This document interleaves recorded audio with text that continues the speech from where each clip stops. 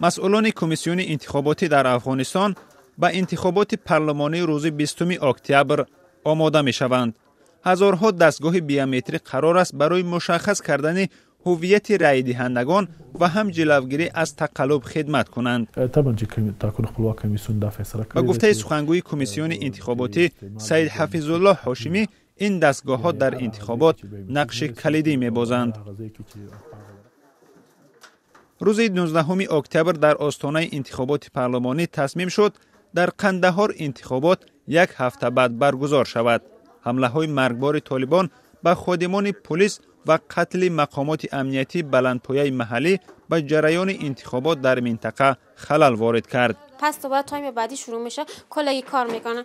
به خاطری که اگر این زمان ما در بر نمیگرفتیم و ماشینا رو آماده نمیکردیم، امکان خیلی 100% بود که انتخابات در روز 28 میزان که کمیسیون اعلان کرده برگزار نشه و باعث میشد که انتخابات به تعویق بیفته. ولی یکی از کشته شده ها رهبری امنیتی ولایت گنرال عبدالرازق است که از افراد با نفوذ به شمار می رود. طالبان هم قبلا تهدید کردند که هدف دارند آوازدهی مردم را خللدار کنند.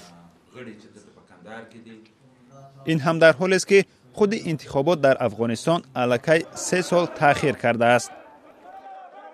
ناامنی ها و انجام نشدن جریان آمادگی های مقامات باعث تأخیر در تشکیل انتخابات شده است.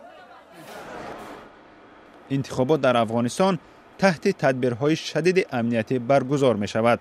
من یکی از کسایی هستم که در انتخابات 97 بسیار خوشبین هستم، به خاطری که کسانی کاندید کردند که همه دارای تحصیلات عالی، همه دارای ایده های بسیار خوب، همه دارای افکار نو و تمام پالیسی ها و طرز عمل های خود دارند. حدوداً 5000 نقطه رایدهی را حدود 54000 خادمان امنیتی نظارت میکنند.